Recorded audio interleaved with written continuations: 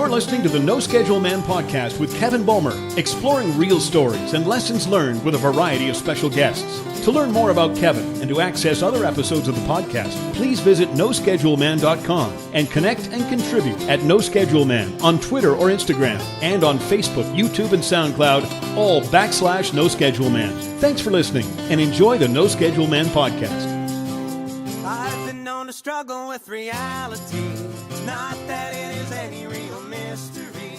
Hi, I'm Kevin Bulmer. Thanks so much for joining me. I'm really happy to have you here, and I hope that you enjoyed the show. If you do, I'd be really grateful if you took a moment to rate or review it on iTunes or leave a comment wherever you happen to be listening. That might seem like a little thing, but I know your time is valuable, so I feel like I'm asking a lot when I ask something like that. Those kinds of things, they go to really help the show get found by new people who I hope will find it helpful and that it will be some positive impact in their life. So if you'd like to be a part of that and help that process along, there's one way that you can help pitch in and make those kinds of things happen. And thank you. And if you don't listen to every episode, or maybe you're new to the podcast, but you'd like to stay in touch, jump on my email list. You can find that at noscheduleman.com. You'll see the email list. Sign up on the upper right-hand side of that page, and I'd love to hear from you. Today, we're exploring the journey of Carl Good. Carl is the co-founder of Good Family Matters, which is a mediation center based here in London, Ontario, in Canada. And they teach and encourage positive methods mediation, where they reframe conflict into an opportunity to create a best-case working partnership. Now, as you'll know, if you've been through this, that's a difficult thing to do, but it is doable. Just as I have been, Carl has been through a separation and divorce, and has come out of it passionate about wanting to help people, not just to move through that really difficult time of their lives in as proactive a manner as possible, but to coach and equip them with the skills that will enhance their lives and the lives of their children going forward as well. Now, I've spent some time with Carl over the last many months, and I can tell you that he's absolutely sincere, kind, creative, and a compassionate individual. He really and truly wants to help, and I think that you're going to have that spirit come across to you in the conversation that I have with Carl. You'll get that from him, and you're going to hear that in just a couple of moments. I was lucky when I went through my separation and divorce that it went as well as I guess you really could have hoped. And even then, I wish I'd known Carl back at that time of my life. It would have been a huge help. Now, I won't tell too much else of Carl's story here because that's what he's here to do in this conversation. He shares some incredible tales about his life and experiences, both good and not as good. And he gives some invaluable insight about relationships, including his own. Sometimes the conversations that we seem to naturally view as difficult are the ones that we should perhaps be viewing as absolutely fundamental and necessary in order to grow as people and save ourselves from a lot of unnecessary pain and upheaval in the long run. Carl's devoted this portion of his life to helping people do just that, and I know he's doing a terrific job and shares a lot of that spirit with us here today. Here are a few of the key takeaways that I drew from my time with Carl. Number one, watching out for negative becoming normal and circumstances changing who you are. Carl tells stories about how he didn't know what to do after the resistance had been removed, after the court battle was done, following the divorce with his former wife, that it had been such a normal part of his and her day-to-day experience that when it was over, he found that he didn't really know what to do next. He also gives a great account of what was happening in his policing career and how he realized he was becoming more negative and cynical and that was wearing on him. He was living in fear, and he didn't like what that was doing to him, and he didn't like what he was becoming. He felt like it was changing who he was, and I really thought it was valuable to hear his insights about negative becoming normal, and then even when some of that negativity is pulled away, things seem abnormal, and even though it's supposed to be good, it doesn't necessarily feel that way. So listen for that. He's going to dive into that right off the start. Number two, finding common ground and how powerful that could be. He said it took about 4 years, but after all of that negativity, there was a time when he and his former wife came together over an issue involving the school that their child was attending. This brought them together, and there's a story that he tells that I found extremely touching about that occasion and the breakthrough that happened for each of them as a result of that. Listening to them, it reminded me of some of the things that on the surface might even seem kind of silly, but that have brought some people, up to and including myself in certain circumstances, a little bit closer together at a time when the parents couldn't talk or didn't necessarily really want to be around each other and weren't really excited about communicating, but they would still find some commonality between themselves and the kids with other things as simple as, an example would be Star Wars movies, or how the Toronto Maple Leafs did. If you're not from Canada, the Toronto Maple Leafs are a hockey team here in Ontario, Canada. It's quite common for people in this part of the world to keep an eye on them. Maybe it's something similar to that in your part of the world, but there's an incredible power in common ground, even if it's something as silly as a sports team at first. If you find something, anything, and certainly when you put your children first and you make that the priority, when you can find common ground and all of a sudden you're standing on the same side on something, then you've dropped a really powerful seed into the ground, and you're starting to move forward again. Number 3, check your ego. For the sake of yourself and your future and your children, if you have them, and their future, when the waters get rough, take as many deep breaths as you need to. Check your ego. Make good decisions. If you look back on your life from where you are now and evaluate some of the decisions that you've made, think about how you reacted to certain things and why you chose what you did and how would you do it differently if you could do it again. And then when you get into another situation where the adrenaline is up and the emotions are high, you're going to give yourself an opportunity to just take some deep breaths and bring the energy level down and check your ego and make good decisions. If you listen to nothing else from this podcast episode, please listen to about the last 15 minutes of it, where Carl gets into detail about the process of separation and divorce. And he gives a great example in which he uses a sheet of paper, and he describes that. Listen to that carefully. And if you know somebody that's going through a difficult time or potentially going through a divorce or separation, please encourage them to listen to that part. Know that there are also tools available online at goodfamilymatters.com as well to be able to get some information. But if you're going into a heated situation, whether it involves a relationship or not, it could be your kid's hockey or soccer game. People go crazy when they get in an environment like that. Just check the ego. Breathe. Make good decisions. This conversation is loaded with valuable information and really open and honest insight, and I tip my cap to Carl Good for sharing with us like that. I hope you enjoy it. I know you will. Here's my conversation with Carl Good on the No Schedule Man podcast.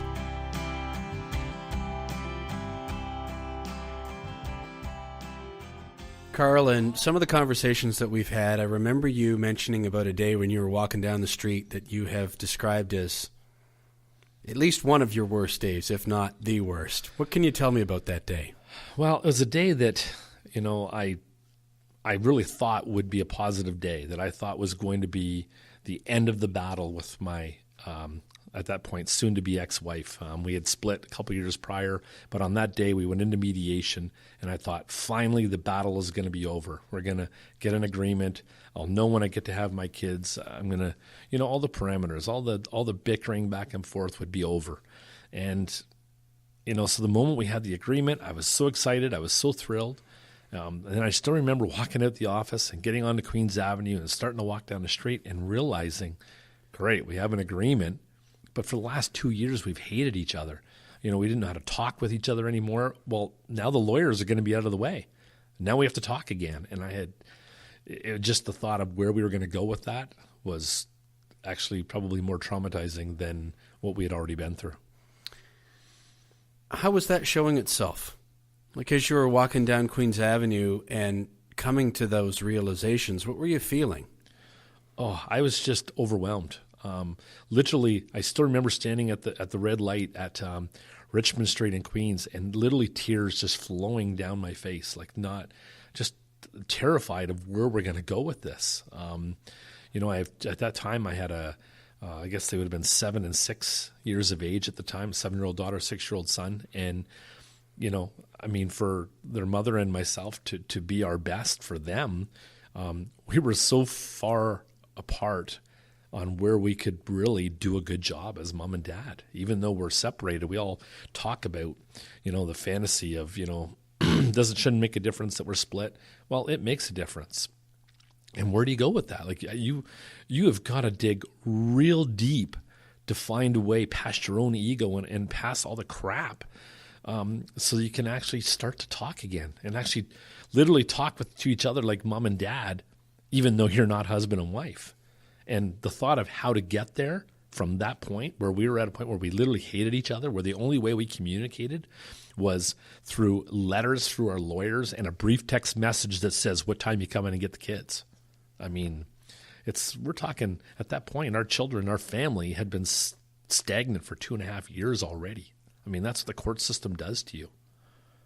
On that day, then, it sounds to me like you got what you want, but then the weight of now what just opened up a whole new set of logistical challenges that you hadn't necessarily thought through yet. No, scared the hell out of me at that point. So what did you do? Well, that night, I cried a lot. Went home and literally, I normally, if I've had a bad day, you just kind of go home, throw on a sports game, a baseball game, hockey game, whatever, and just, kind of just let it leave you and just kind of forget about it for the night and come back at it in the morning. But this was one where I just couldn't park it. I mean, I literally was awake the entire night. I was going to have my kids the next day, and I knew in my head I've got to get some rest because, hey, at that age, 7 and 6, they're hard work.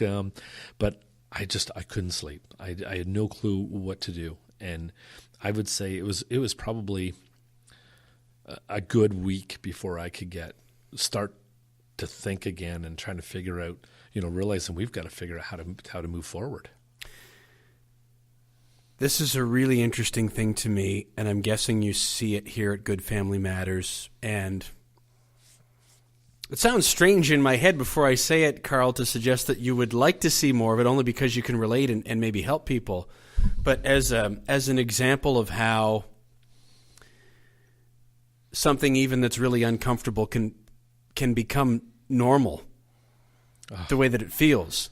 And then when that resistance is removed, I wonder if that's why so many people don't make the effort to be able to, or are just confused about where to even start about trying to find some kind of new reality. Because even though something may be broken or we're adversarial or we're at odds or we're enemies, but that can become normal and in a strange way almost comfortable, can't it? Well, we went another 2.5 years after the mediation where we still barely talked. We didn't talk about, who's going to teach the kids about, sex and things like that. I mean, as your kids start to hit 9, 10, and 11, they need to start understanding certain things. You can't just live in the dark. And we weren't talking at all about any of these things. We weren't talking about, how are you disciplining the kids at home and how am I disciplining the kids at home? And it was playing out. Like they were playing hard for her and hard for me. And we literally went 2.5 years more. And if it wasn't for something happening at my children's school where, there's a lot of infighting with some of the parents and I stood by her side, that all of a sudden she realized that as parents, I've got her back. Can you tell me more about that? What happened? Well, there was some politics in the school. We were having some challenges with the teacher and we were concerned about the academics for our daughter. And we had gone to the school about it. And the teacher was a very loving teacher, and a lot of the parents liked her, and she showed favoritism to these couple of families. So, of course, they just loved her. But there were so many other kids in the class who were falling behind, and not because they're not intelligent. I mean, literally, the grade 4 or grade 3 class was either at or past where the grade 4 class was.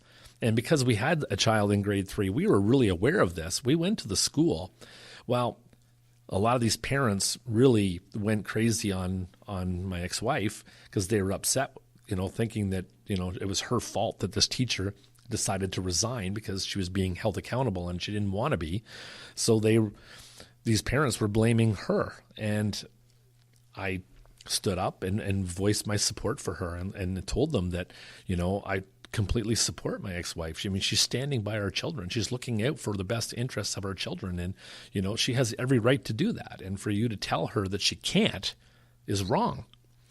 And I think this battle went on for several weeks, and I had to stand by my ex-wife's side, and I stood up for her and went against other parents, in support of her. And I think she really realized that when push came to shove, our kids really are what's more important.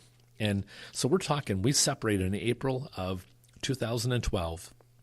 And I would say it was October or November of 2016 when we finally went, okay, you know what? Yes, we're no longer husband and wife, but we are mom and dad of the same two children. And since from about October, November of last year till now, there's a huge difference in our communication.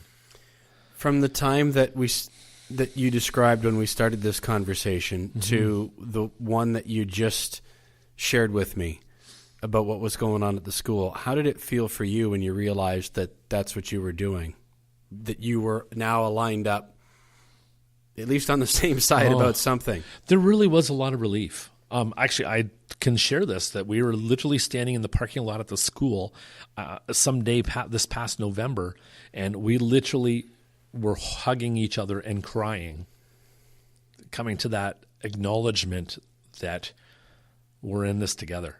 And you could just tell for both of us that there was a huge breakthrough. Like all of a sudden, it was like we just gained respect for one another. There was a true understanding that we both are willing to put our children above our own personal needs. And I think that was huge. What happened immediately after that?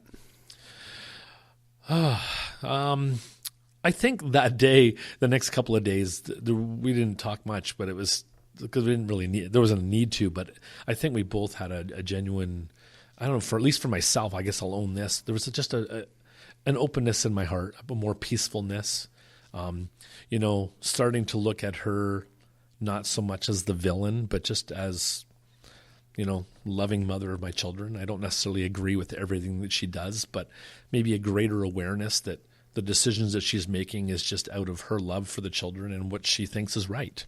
And I think understanding that, that when anybody is doing that's a good thing. Yeah. What was going on in your professional life at that time?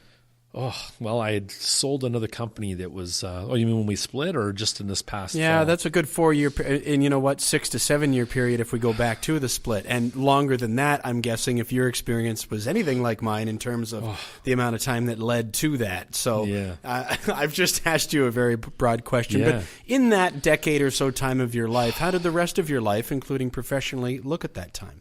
Well, it was, the really tough part was that I owned a company that was in the funeral industry, and it was a cutthroat industry, and I was the little guy trying to go up against the big guys. And I also had a business partner who was my best friend, but saying that we were not seeing eye to eye. We had an employee who ended up getting caught stealing money from us, and we find out had been making decisions that cost us $60,000, $70,000 over an 18-month period. And for a small business owner, that was huge. It was devastating for us. But at the exact same time as that, my marriage was falling apart. My father was stage 4 cancer. And my uncle, who was my accountant, but was also like a surrogate father to me when I was a young boy, because my mom was split when I was very young, and my father, who was stage 4, is my stepfather. But my uncle, who, like I say, was like a father to me, he had just passed away as well in February, 2 months before we officially split. So there was just an enormous pile of stress all at the same time. Any one of those things would have been overwhelming for most people, and I was trying to navigate it all simultaneously, and it's. I think, truthfully, I'm probably just after finally selling the company last summer and things kind of coming together for Jill and I in the sense of communication. I think it's probably only in the last 6 months am I starting to feel a normal human being again. Of course, then I go and start another new business and make my life more complicated again. Well, yeah, but I think it's more positive. That's come from a place of the heart, and we're setting that up, and we're going to get to that. But maybe let's go back a little bit further back in the story and talk about a younger version of Carl Good. Where did you grow up, and what were some of the things that interested you as a young fella? Oh, I grew up in a little town called Lake Wilcox, which is just north of Richmond Hill. And then that was till I was about 12 years of age. And it was a real tough town. It was kind of like a little biker town, really. It was when you picture a biker town from the movies, that's what Lake Wilcox was. Lake Wilcox, okay. Oh my gosh, yeah. Cottage town, really. People who lived there year round, but we were living in houses that were literally, when we tore the one house down that our family owned, the walls were insulated with newspapers, literally. That's how terrible these houses were. And then we moved to Aurora, which more people would be aware of, when I was 12 or 13, and kind of Aurora Newmarket is where I kind of made my way in the world until 2002 when I moved to London. What was your family life like? Were your parents together? Well, my parents split when I was 2, and my stepfather didn't come into my life until I was 12. So there was a good 10 years there where I was really raised by my mom's siblings and my grandfather. What do you remember about thinking about that at that time, if anything? It was pretty normal to me at the time. I had a really good relationship with my grandfather. My grandfather was like a father to me. He taught me a lot of little values, things to this day I still remember, like just simply, walking down the street with a girl, that you should always, the guy should always be on the side of traffic, and he taught me that it's my job to protect my lady and my family, that's my role as a man. Yeah. I'm wondering whether some other things maybe came from your grandfather as well. Before we hit record on this conversation, we were talking about recovering from injury and the tenacity to keep, we'll call it staying in the game despite getting teeth knocked out and other different kinds of things. And I'm wondering where some of that tenaciousness started to first show itself. I would have to think my grandfather has a lot to do with that. And that is that, life wasn't easy. Like my mom, I look at what, I help her with a lot of her financial stuff. And when I look back so when I just recently, her CPP filings, and they gave us all of her contributions that showed her income. And I look back in the 70s, and she was literally earning like $150 a week to look after a son and herself. I don't know. I really do have no clue how my mom managed from when I was 2 until I was 12. I have no clue. It's clearly my mom was a very resilient woman as well, and it's funny, I don't see it the same way today. She's older now and seems a little bit more frail. She's had a lot of health challenges, but I really look back and I'm like, she really went through a lot. I mean, and I was born. My mom was 17, so it was teenage mother, and so it was tough. So she was not only resilient, she must have been incredibly resourceful. Yeah, it's very true. Yeah. And obviously being close with my grandparents, like her mom and dad, but she had 9 siblings. So, I mean, it's not like my grandparents had a lot of money to share around. My grandfather repaired TVs for a living. So, I mean, that wasn't big bucks. He was just a very hardworking man. What were the things that interested you and that maybe you thought would be part of your, I'll call it career path? I don't know that, when we're kids, we necessarily even think about it. It's more like what I want to be when I grow up. But maybe going through school and the things that were of interest to you that you thought you might like to do for a living. I wanted to be a police officer. Really? So I went to school to be a cop, but it was a tough time. I graduated from Seneca in 1988, and it was a time where being a white male was not a really good time to get a job in policing. It was the minority hiring push was on, hiring women, hiring, different ethnic groups, and understandably, but as much as there had been inequality prior to that, it still didn't help me as a white guy wanting to have a career and have a career in law enforcement. It was a pretty frustrating time. You spent, so you had to take other jobs, law enforcement, but not the police officer jobs. So I ended up working for the Metro Toronto Housing Authority for almost 10 years. Why did you want to be a police officer? That's a good question. I think, I don't know if I can even truly give you a clear-cut answer. I've always liked helping people. I've also, there's a side of me that I hate scoundrels.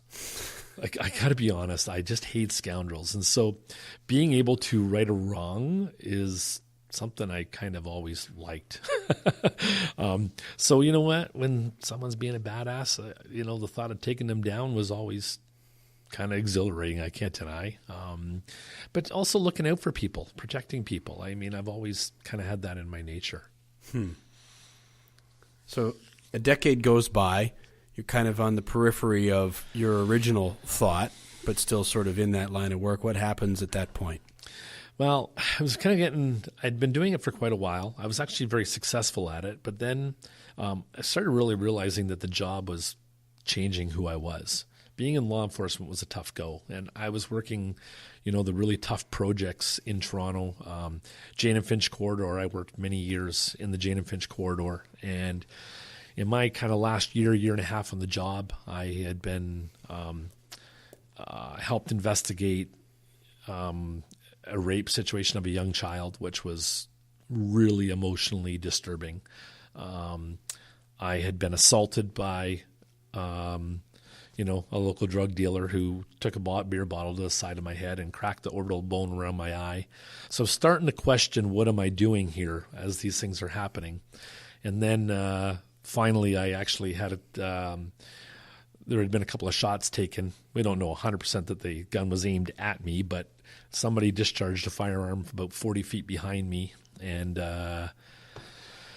that was pretty well my final wake-up call that just said, I am in the wrong line of work. Being a father and was a huge goal of mine, something that mattered to me. And I thought I could not be the father I would want to be and be in law enforcement. Like the thought of going to work every day and knowing that there's a risk that I wouldn't come home was not something I could accept. I appreciate the police officers that are out there and they're doing the work that they do. It's a tough job, and they do. Their families, every day that they go to work, their families are sitting there hoping that they come home. And I didn't want to do that to my family. You were married then by that time? No, I was still a single guy even at that point. Okay. Yeah. Then we're going to come back to that. I'm interested, if we can, to explore a little bit more about what you shared with me just a moment ago. Your words were that it was changing who you were. Mm-hmm. And then you described a few circumstances that obviously would have a heavy effect on anyone, but I'm guessing that the instances that you just described were the proverbial straw that broke the camel's back, but that there were other things that was already making that back vulnerable, we'll say. Tell me more about what you meant about how it was changing who you were. I've always been a really positive, upbeat kind of person. And I think I was finding that it was just sucking the life out of me. I was, those inspirational thoughts and moments in life were happening less frequently. I was less, probably being a little bit more negative, a little bit more pessimistic, seeing the bad in people rather than the good in people. You just start changing who you are. And it's unfortunate, but in law enforcement, that's kind of what you're doing out there every day. And you're focusing on the negative, and it was wearing me down.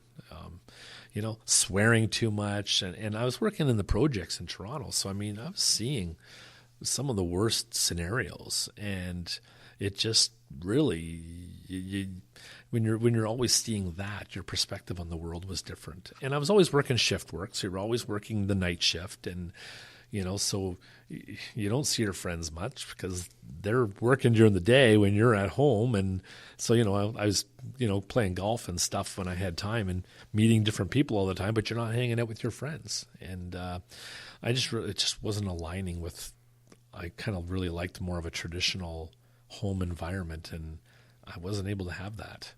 You're talking, Carl, with what I think is a pretty high level of self-awareness, but I'm curious about how much of what you described you were actually, you can recall recognizing as it was happening versus how much maybe it's just been described to me through the benefit of hindsight and looking back. I think near the end of my time in law enforcement, sure, recognizing it was changing me, but I think it just got to a point where you were almost living in fear. Yeah. I mean, going to work and literally, I remember I lived at that time I was living in Bradford, and I remember driving down Highway 400 to Toronto and getting off at Finch and heading into the projects and thinking, what the hell am I doing? What am I doing? And when I first started working there, I was eager and out walking the beat and, being a good role model to the kids and doing good report writing. In the last year and a half, you're like, you're only leaving your office to address the calls. You are no longer walking the beat. You are no longer truly doing the community policing that you were supposed to do because you thought, you know what, this isn't worth it. I'm not willing to die for these people anymore. And you really were thinking that. So it's pretty bad when you're going to work and you're literally, I don't know, it's almost, it's not obviously as bad as war. I don't want to make that as the comparison, but when you know that you're surrounded by drug dealers and they're all carrying guns, and at any given moment, to be honest with you, your job is to push them, away from the good areas of the community so that the kids can play and have fun and not have drug dealers there. But when the sun set, those communities changed, and you didn't want to be walking that beat, let me tell you. And it was tough. What does it feel like when a gun is fired 40 feet behind you and for all you know, it's aimed at you? What's that like? It's you know what? I don't even know if there's really words to explain it. The intense fear. For the first moments were just survival instincts, run, which I did, but after that, it's you start to see the world differently. Like you just go like, wow, this is not. You grow up. You're a kid. You don't see the dangers of the world, especially as a guy. They always talk about that. We're slower to mature than girls, and I think that's true. We live in our teenage years. We have no fear, and it was, I was already starting to learn about the fear by doing that job, but that was probably just this huge screaming wake up call of this world is not a safe place. Like you can't just approach every day with reckless abandon and think you're going to be okay. And I loved my life, and I think really that day I realized that this was conflicting with my, you take a fish and you take him out of the lake and you throw him on the dock. He's flipping away and freaking out because he's completely in an environment that's not going to work for him. I would say that's what it was like. I was realized that I was in an environment that did not match with who I was. And I knew that from that point on, I had to figure out how to do it differently. So what did you do? Well, at that time, once I got out of Metro Housing, a friend of mine and I had started up a golf tournament business. So, we were entrepreneurs, and we made a little bit of money in that first year or two, and that business failed. But I've actually never really worked for anybody since. I've always been self-employed.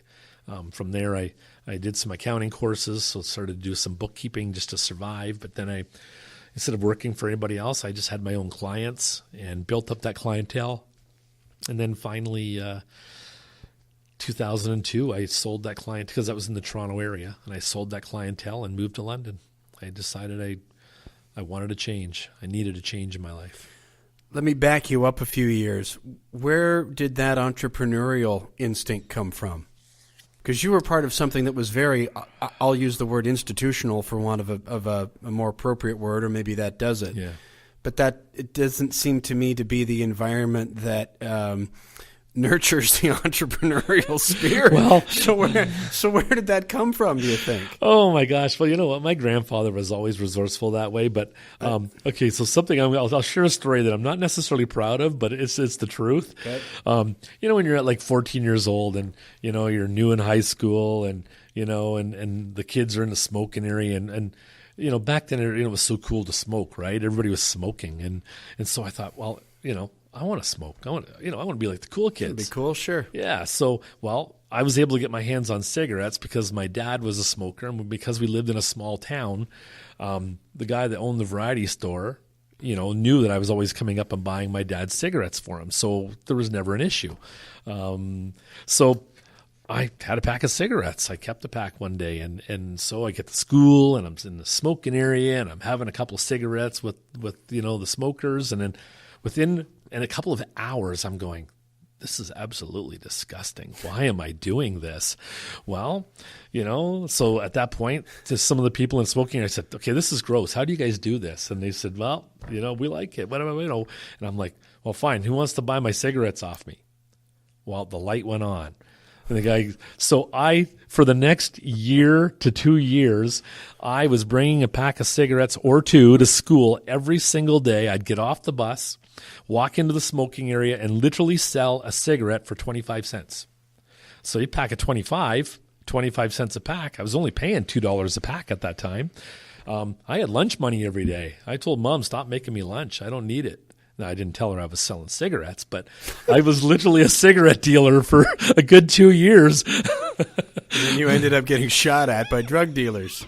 Exactly. I think they call that the circle of life. Maybe it's a slightly different circle. Yeah. But so that seed was dropped into the ground. There's basic economics. Well, if I can buy something for, 5 cents and sell it for 25, boom, the light goes on. 100%. And that almost becomes not an addiction, that's too heavy a word, but certainly an interest that once you tap into that, you feel like you'll be able to re-access that again. Well, and it was easy, obviously. I just walk off the bus and literally in a matter of 10 minutes sold 2 packs of cigarettes off and had the money I needed for the next day, right? So, yeah, it was... There's a fellow quick diversion here, but this is part of the fun, fellow that I talked to several episodes ago now named Cornell Thomas. He and I have become good friends since. And he talked about how when he was a kid, his mom went through a Weight Watchers program and had these cookies. And he tried to eat the cookies once because all kids want cookies. But he said that they were just disgusting. But like you, the light bulb went on over his head. And he asked the mom if he could have the box of cookies. And she said, now, Cornell, don't you eat those cookies? But no, what he did is and you were telling me about baseball before we started recording. Yes. Carl likes baseball. So Cornell, I think you'll appreciate this, puts on his baseball uniform as a kid, takes the cookies, and then goes door to door and tells people that he's selling these individual cookies, like right out of the package. Oh, my God. It was a fundraiser for his baseball team, and he managed to sell all of these disgusting cookies and then come home with all of this money, and his mom says, I'm never going to worry about you. So I don't know if those were as disgusting as cigarettes, but so that seed got planted pretty you must have been in your teens when that happened. Yeah, about 14. Yeah. 14 and he's selling cigarettes. Yeah. So that's different than a golf tournament business. How does that idea come about? Well, my best friend and I, we were diehard golfers, and we love playing in tournaments. So we created a company called the Bogey Tour, which was a tournament, like a virtually regular league play. Because normally you'd only get league play if you were a member at a golf course. But most of us, to be honest with you, don't want to be members because we want to play different golf courses. So we set up this thing called the Bogey Tour, and we had a weekday tour and a weekend tour, and then we had, I forget what it was called, but the executive tour. And the executive tour was like at the really high-end golf courses so that the rich dudes, they were willing to pay for that. So, and you'd literally play in a 10-tournament like a thing that every 2 weeks you'd go play in a tournament, start in May and finish off in September, and it was a lot of fun. And then we also took large groups of golfers to Myrtle Beach for golf trips, and we'd even do a tournament down in Myrtle Beach, and it was just a lot of fun. We were just doing something that we loved, and so being able to get money for doing what you loved was just awesome. Talking about this, even though it didn't ultimately succeed in the long term, as soon as you started talking about it, your body language changed. It did. I'm not trying to single you. Well, I guess I am singling you out, but I'm doing it for whoever's listening in mind. Is that when you can tap into something that you believe in and that you really feel good about, and that is creative, and you were just describing, I think, Carl, some of those. Here's the idea, and here's where it came from, and this is what we were trying to do. And even though ultimately it didn't go. It didn't have the legs to go for a long time, that spark was still in there, as opposed to coming from an environment that was just grinding your spirit down. Totally. And we had a lot of fun. It was, to this day, I'll still say it was 2 of the best years of my life. I mean, you're spending every day on the golf course. Like, we literally, at a point where we had 7 leagues, so, 70 tournaments a year we were running. I mean, you were at the golf course several days a week. It was awesome. Let's jump back to 2002. What brought you to London, other than just wanting a change in environment? I'll try to be quick about the story, but it kind of really, a little bit kind of, not trying to tap onto it, but 9/11 happened, and I was not happy with where I was in my life. And I still remember exactly where I was when I saw, when I was watching CNN and actually watching live when the second plane hit that tower. And at the time I was working for Enterprise Rent-A-Car. It was my brief attempt at trying to have a job again after being self-employed. It only lasted a few months. But I was trying to figure out where I wanted to go in my life. So I was working at Enterprise, and I remember taking a car to the Hyundai dealership for an oil change, part of my job, right? And they were, Enterprise, you had to be fast. So their deal with Hyundai was, we drop it off, they'll literally have it in and out in 20 minutes, and I'm back out on the road again so we can go rent the car. So I just went downstairs, watching their TV, see the plane hit the building, and just like everybody else, it took a few minutes to fathom that, really North America, at that point, New York was under attack. And you're like, what the hell?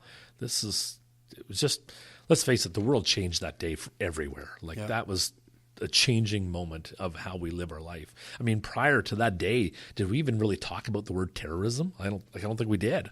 Now it's, it's probably the number one fear, right? It's terrorism. But that day I just realized that, okay, I'm not living my life the way I want to. So a couple months later, I went to a personal retreat, and it was like a 10-day thing where you just kind of do self-evaluation and kind of process life and where you're at and where you want to go. And I remember sitting outside chatting with this elderly lady who was just a sweet lady, and she's like, I just tell her I didn't like where I lived. I didn't like York Region. I didn't like the Toronto area. And she said, well, are you married? I'm like, well, no. Do you have kids? No. Well, then why are you here?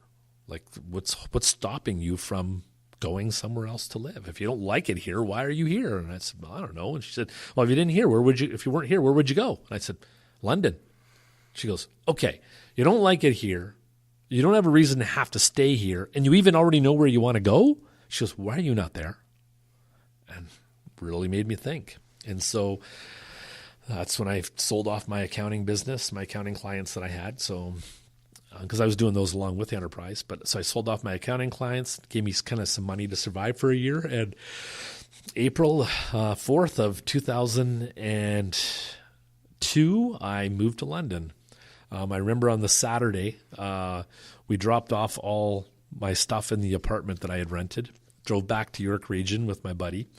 And then on the Sunday, I came down on my own. And I remember, and I always love being around people. And I remember walking into that apartment, and it was a sea of boxes. I had just sold a townhouse, so I had a 1,600 square foot house of stuff, gone into this 750 square foot apartment going, and it's just a sea of boxes everywhere. My bed wasn't even set up, and I was going to have to move boxes to set up my bed just to go to sleep. And I can still remember it was a sunny Sunday night, and I remember sitting on the floor in the middle of the living room surrounded by boxes, crying my eyes out going, what the hell have I done?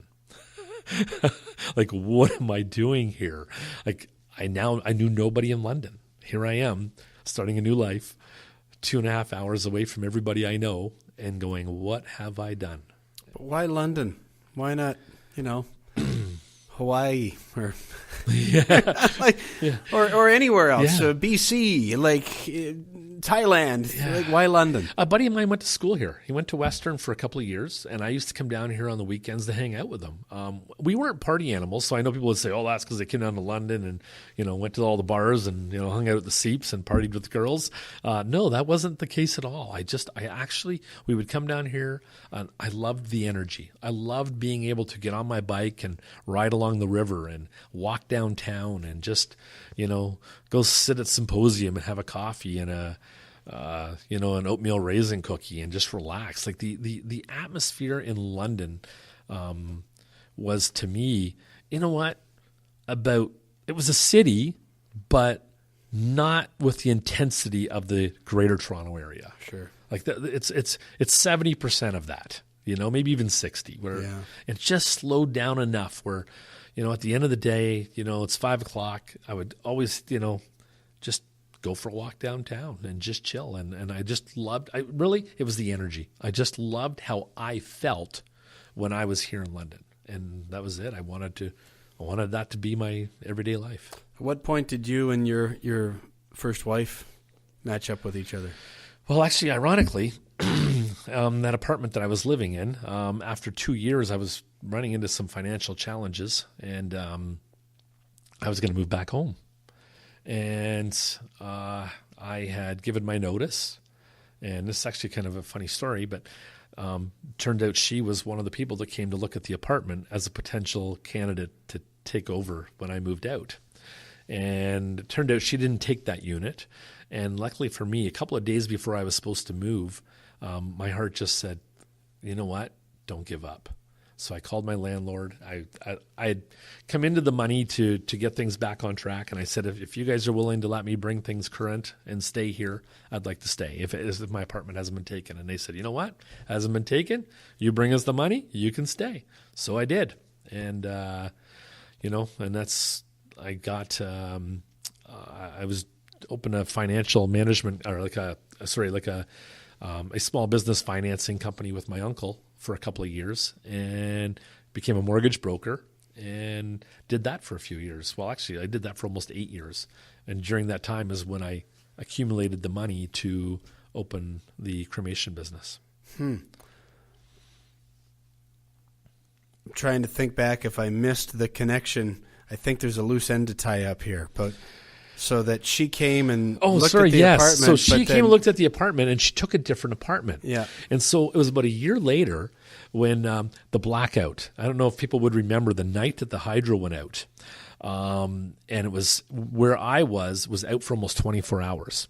So I was sitting out on the picnic table with another tenant from the building, and we were eating all the ice cream and stuff that we had because we knew it was going to melt anyways, so it was just a good excuse to sit out there with a box of ice cream and a big spoon, and we're out there talking, and, well, I had not actually met her other than her coming and taking a look at the apartment that I was living in.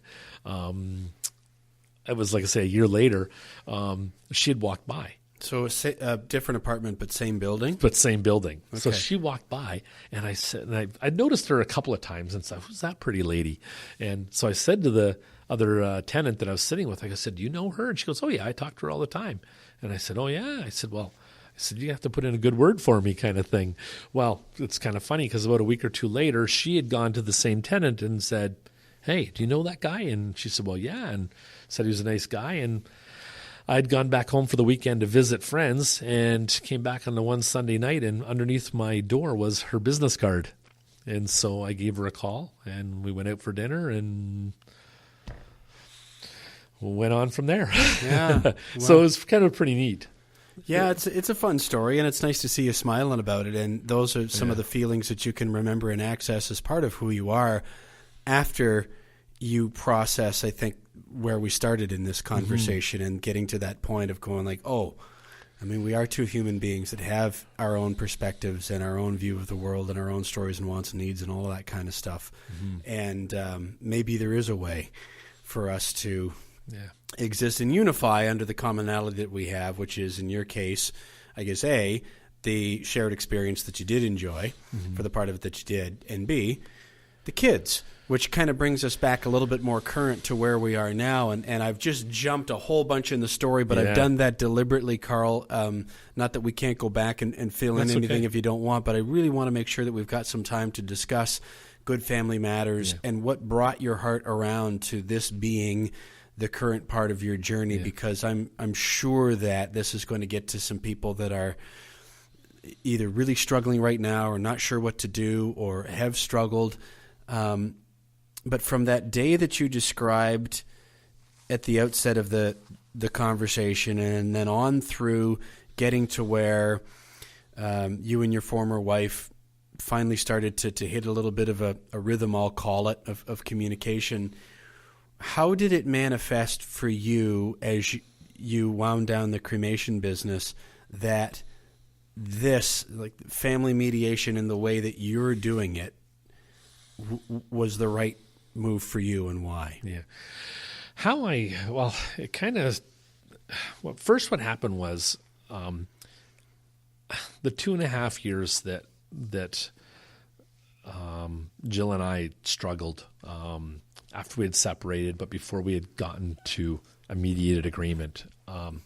That period was very, in the terms of relationships, it's like a bloody car accident. You know what I mean? Like, it was just a train wreck every single day, like just trying to figure out your ego's gotten away. And then during that time, you live and learn. You go, oh, well, I shouldn't have done that, or she shouldn't have done that. And you learn about all these strategies and realize that, to be honest with you, the day you decide to pull the plug on a marriage, you need to check the emotion as quick as you can and realize that this is now business. When you're dealing with your ex, it's almost business. Now, the kids it's a different factor, and I'll go there in a moment. But what happens is people make stupid mistakes. For example, maybe he goes away for the weekend for a golf trip, comes home Sunday night, and she's changed the locks. Okay? You both live in the house. She has no right to change the locks, but you also have no right to then turn around and kick in the door. See, that's what happens. People come home and go, well, it's my house. You're not keeping me out. And they kick the door in. Well, the police get called. Any way you cut it, even though it's your house and you had every right to enter it, it's now violence. So people make not that he was ever going to go in and hurt his wife or hurt his children, but the bottom line is it's now violence. And there's many things like that people make mistakes on, okay? Even, unfortunately, just you split and you leave. You've been an active role in your children's life, but now you've walked out because you think it's what's better because it keeps the peace. What happens, though, is you make decisions that actually do impact what's going to happen as to how often you're going to get your kids, how often you're going to see your kids, things like that. Those are devastating. And you can make mistakes that will hurt you forever when it comes time, if you end up having to go to court, going before a judge. And I thought, I'm going to create an information booklet, sell it online, and it's virtually what not to do if you're going to split. Like, virtually, if you're thinking of separating, you need to talk to me. I need to tell you what not to do to screw up your life. And as I was putting that together, I said, well, how do I can do this in a more official capacity? And then, I went to mediation and then seeing the struggles, and all of a sudden I went, well, what if I can help people, even though they've split? Maybe I can help them kind of sort this out. Like, the biggest thing for me was if Jill and I could have recognized what mediation could have done for our family back when we first split, before it got really adversarial, man, so much more could have happened in a positive way. Like, our family was idle for over 4 years. No growth for 4 years. I don't care what anybody says, that hurts your kids. And yourselves. And yourselves. But you know what? We can recover. We're adults. How do you take back 4 years from your children from the age of 6 to 10? How do you bring that back? Who doesn't know that when your children are 6 and then the next 4 years to 10 are not crucial years in their development of their self-confidence, their self-worth, and we blow all that up because we're angry with our ex-spouse? Well, I think that goes back to, I'm not defending it, Carl, but that how severe and automatic that sense of self-preservation, being attacked, and it comes into where those what you described, those stupid decisions come in. That we just that it is so powerful, and we observe it. Then the monkey see, monkey do starts to come in, and that's where it's like, whoa, wait, stop looking at monkeys.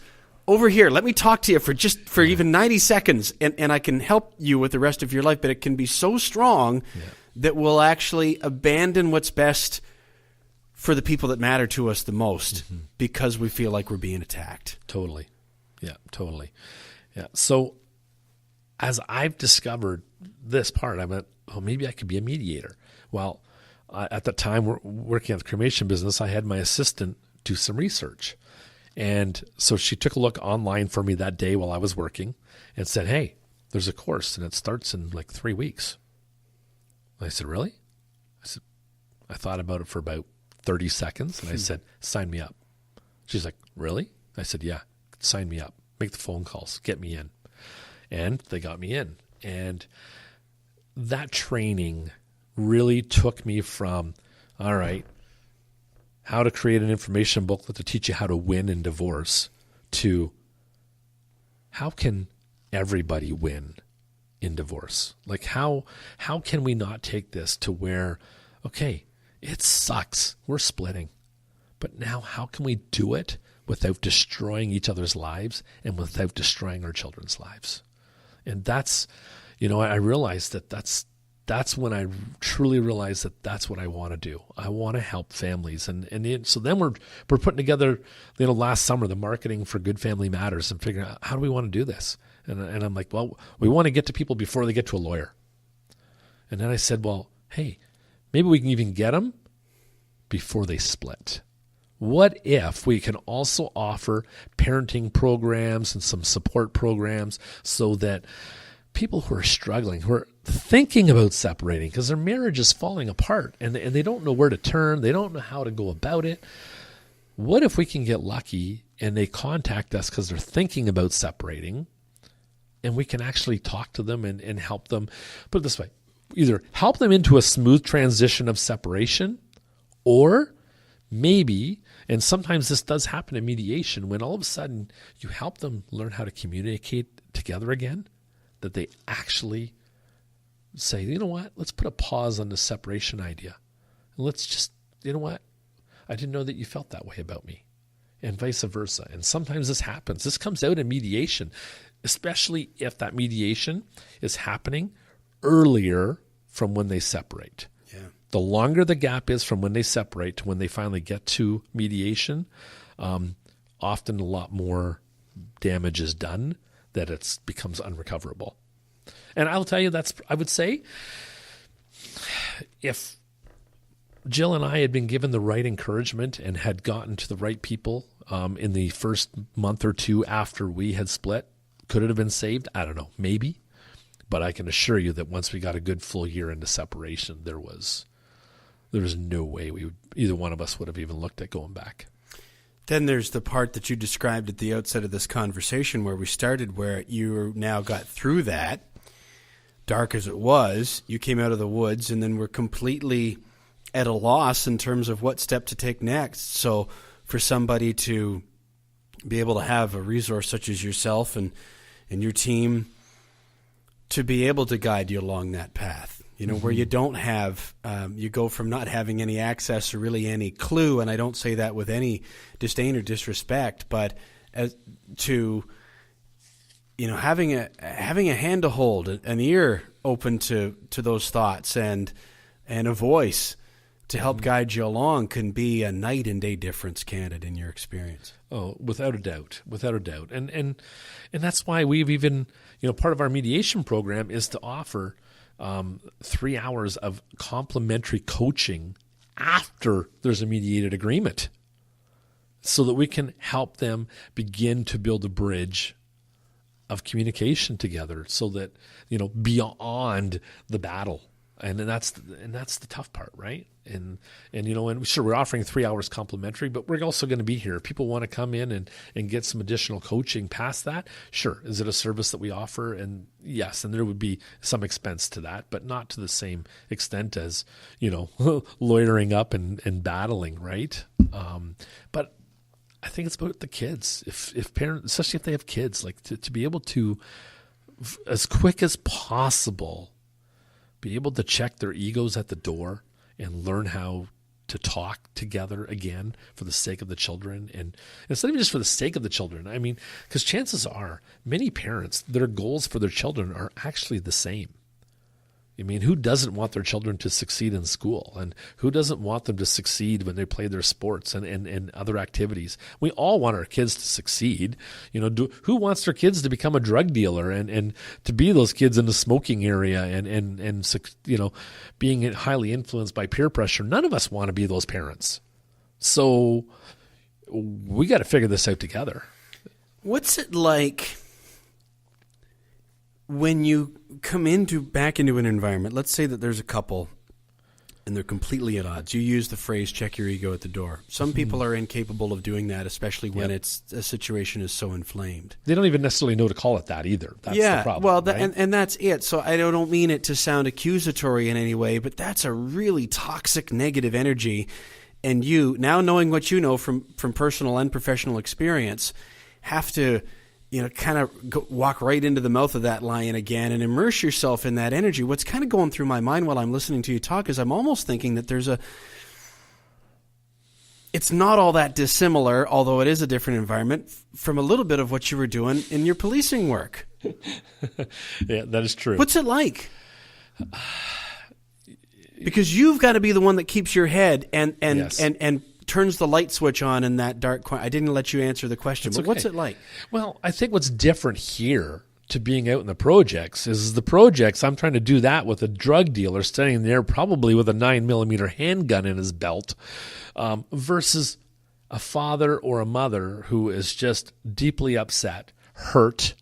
And I think that if you're willing to allow them an opportunity to talk about why they hurt and demonstrate that you understand that, but then turn around and kind of change that around and go, listen, I get that you're hurting, but think about how you feel right now.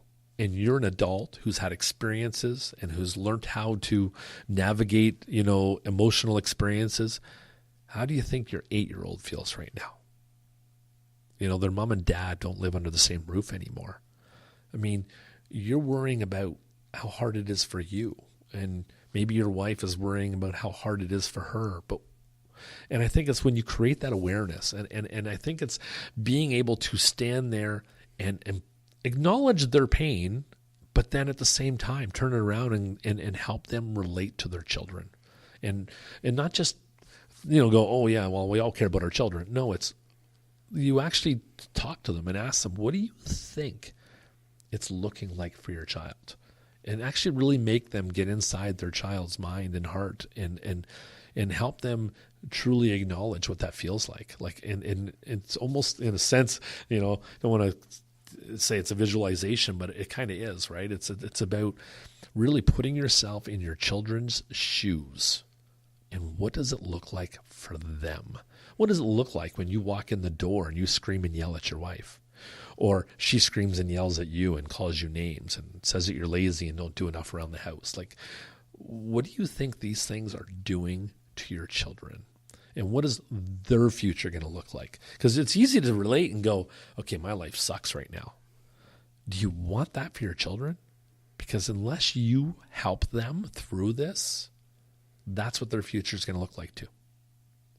And I think it's about taking time and not just trying to force things down people's throat and just say, okay, come on in here, let's mediate this and let's just fight it out and sort out the money and let's get this done, and then push it back out on the street, and you still haven't got a damn clue what you need to do. Yeah.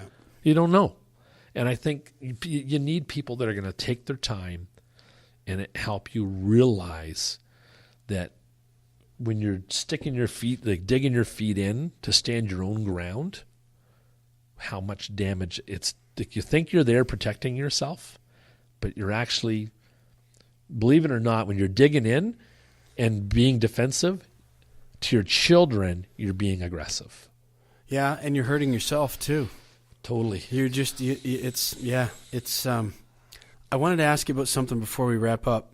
I've seen you do something, but it involves a piece of paper, so I don't know if you can describe it.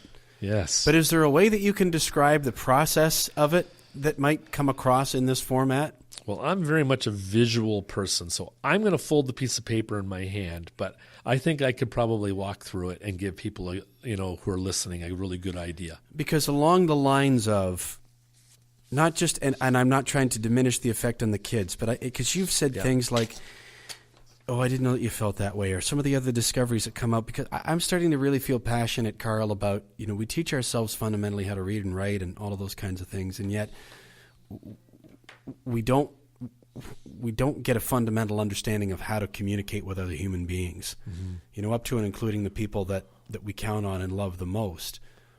Many of us just don't know how to do it. And those things, you have the opportunity now, at least, to be introduced to that when you're at a table like the one that we're sitting at here and in a safe place like at Good Family Matters. But in terms of if you could just let me talk to you, if you can give me a couple of moments. Yeah, it's going to be better for your kids, but also going to be better for you too. I could save you. Let's look at I know this is painful right now, but in terms of the context of the rest of your life, if I'm remembering right, that's part of what this process with your piece of paper brings a little bit into focus. And it also shows you the reality of, everybody thinks that you go lawyer up and that you're going to go before a judge, and a judge is going to make it all right. That a judge is just going to make all that was wrong right again. That is the biggest myth. Yeah. The only thing that's going to go right is for the lawyers and the legal system to break you financially. And it's not that the lawyers are, people like to say, oh, the lawyers are just vultures. They purposely make it happen. Actually, they don't. Their job is not to tell you what to do. A lawyer is only as good as the instructions that you give them. If you tell them to go hardcore at your ex, they're going to go hardcore at your ex. They're just taking your direction. And that's what they go by. So I know what you're talking about is so I've got an 8.5 by 11 sheet of paper in my hand. And what I like to tell families is let's take this piece of paper, and this piece of paper is a symbol of a binder full of emails, text messages, and crap about your ex-spouse that you think that when the judge hears it all, they're going to give you everything. They're going to give you the kids. They're going to give you all the money. They're going to give you the house, and that life is good and that you're going to win. And guess what?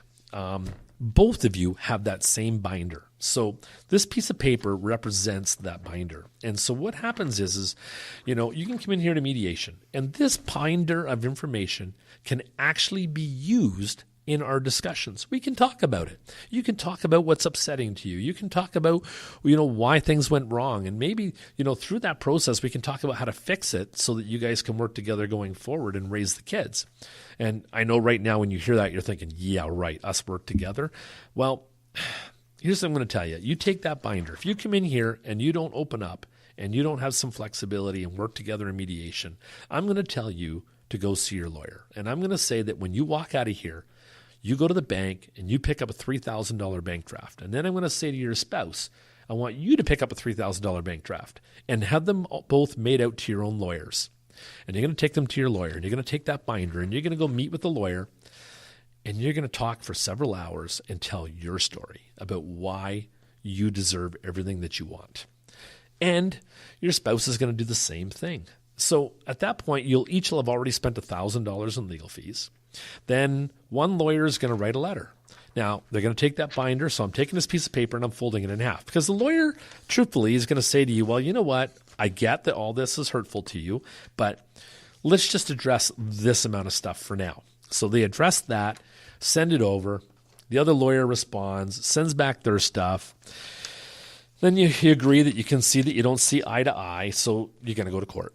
And so 7 to 8 months down the road, you're going to get a case conference. and you're going to have to put together some affidavits and submit the evidence in the court. And the lawyer's going to, again, filter down that information. So take that piece of paper that I already folded in half and fold it in half again. So now we're down to a quarter.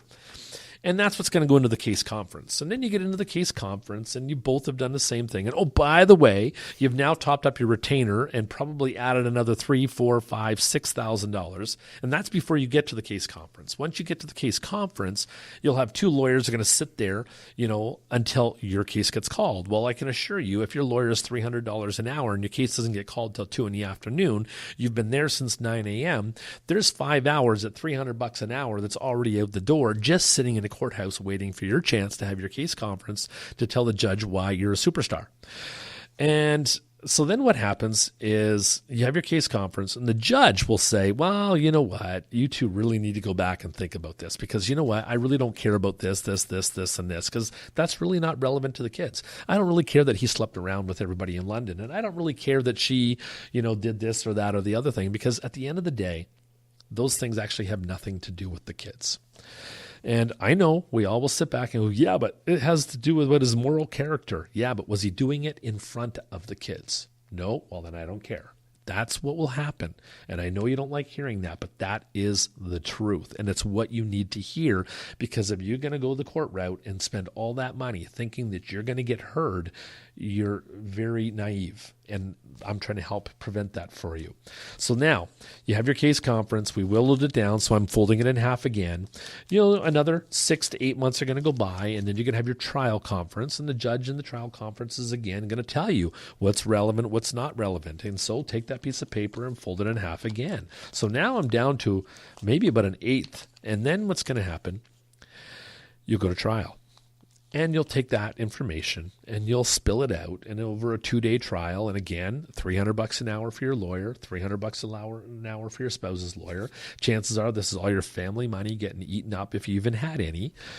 If not, you're just struggling to survive, and the house that you did have has now been sold, and you're both renting places because neither one of you can afford a house.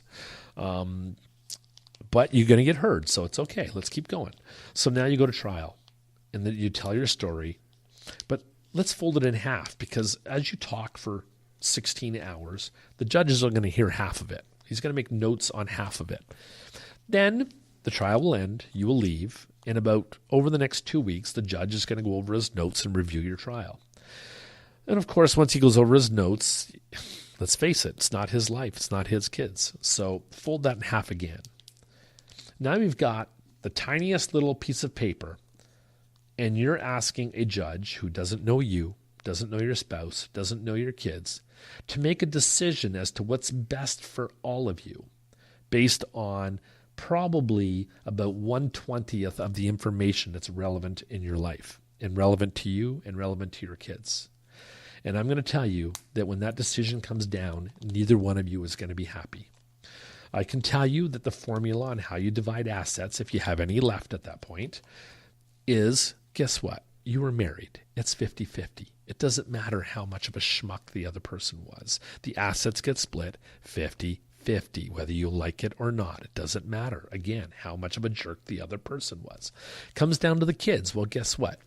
If you were a father that was never home, whether you like it or not, the judge is probably going to give the mother the kids 70% of the time. You're going to be an every weekend dad having Wednesday nights. That's just life. It's the reality. It's the truth. Now, saying that, if you were an active role in your children's life and you were there every night and you were there every weekend, you did family trips and you drove the kids to school, both moms and dads, you shared all of these activities, guess what? Doesn't matter how much of a schmuck either one of you were, you're probably going to be pretty close to the 50-50 mark. And when it comes to money, well, everybody talks about the 40% rule. Well, at the end of the day, the judge is still going to make sure that the children's lifestyle at both homes is equal. So that means he's going to make sure that whoever's making the more money is going to pay a little extra money to the other person to equalize those homes. So folks, 2 years, thousands and thousands of dollars, and in the end, you really don't get heard. Doesn't make sense. If you want to sort out your family, you want to sort out your family issues, and you want to save a ton of money, go to mediation. You're going to be heard. You're going to get to say what you feel is relevant and what needs to be said. And then you'll also be able to have input as to what each other's home looks like so that you both can feel good about your children no matter whose home they're in. And you're going to get to the finish line probably at least 2 years sooner, and with an agreement that is more flexible and more relevant to your lives, which is something a judge is just not going to be able to do. And it's not because I think judges are jerks. They're far from it. We're the jerks giving them, asking them to make these decisions on a 2-day trial. They have not been with you in your life. And I'm just saying, folks, that's just not the way to go about it. If you want what's best for you and your kids, go to mediation. There's an element of the thread that brought us certainly through the beginning part of your career when I asked you about getting involved in law enforcement and, wanting to help and wanting to contribute. And as a matter of wrapping up, we've gotten to know each other a little bit over the last year and a half or so. And every single time that I talk to you, Carl, I'm always struck by how passionate and sincere you are. We share, I think, a lot of the same interests and passions. And if I'm going to go to somebody for guidance, I don't want to go to somebody that doesn't have any stains on their sheets. I want somebody that has been through the ringer and come out the other side and knows what it's like in the belly of the beast and knows how to come out the other side. I wish I'd have thought of a different analogy. That's okay. Maybe you can come but I think you catch my meaning. Yeah, totally. Yeah. And I mention that as a measure of passing on. Sincerely, I mean this, that I know that you're very sincere, and you've used phrases like revolutionizing the mediation industry and wanting to empower people beyond the minimum requirement of what mediation is, but to really equip them not just to get through that difficult time in their lives, but to add to the quality of their lives, their children's lives, and therefore the lives of other people around them from that point forward. And so I can't recommend highly enough for people that maybe you're struggling to reach out to you and your team. And I'm just really grateful that you would make time for me here today and be so open with sharing your story. Thank you for all of it. Thank you. It's my pleasure, and being able to talk. And I think in order for people to be comfortable to come and work with me at Good Family Matters or work with any of my colleagues, I think it's important that we also show who we are as people. Yeah. If there's anything I'd say about lawyers, if lawyers could learn to be more personable, they go to school and they have this. I mean, it's hard. They're so busy and they're so legalistic. But I think if people can see that they're dealing with another human being with feelings and emotions that actually care about them and care about their families and care about the outcomes, it makes a big difference. And I could tell you right from the moment somebody walks in here, I had a lady walk in here 2 days ago, and she walked in here and,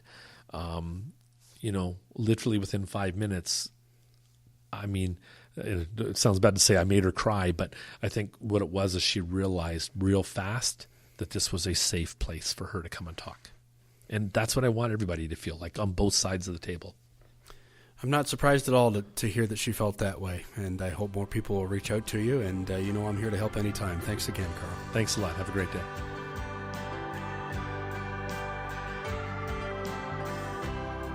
You can connect with Carl online at goodfamilymatters.com.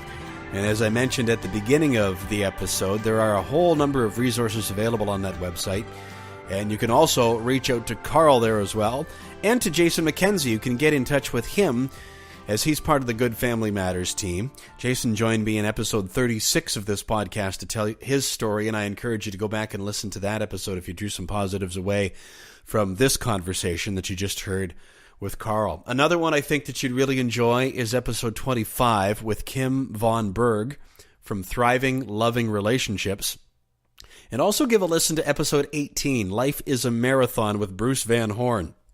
Boy, when you talk about overcoming adversity and the ups and downs of life and divorce and those kinds of things, wow. Bruce has some really genuine and authentic stories and valuable insights for you to hear. Go back and listen to that, episode 18 of the podcast. It's called Life is a Marathon. I think you'll get a lot from those episodes if you took anything positive away from what Carl has to share. In the meantime, You can reach me at kevinbulmer.com. NoScheduleMan.com will take you to the same place. All my social media channel links are up there, as is the sign up for my email list. I'd love for you to keep in touch, and I do hope that you'll join me on this journey. And please add your voice to mine. I want to thank you again for taking the time to listen and to share part of your day with me. I'm really, really grateful. And I hope to have you back with me and another guest next week on the No Schedule Man podcast. Just a little deja vu.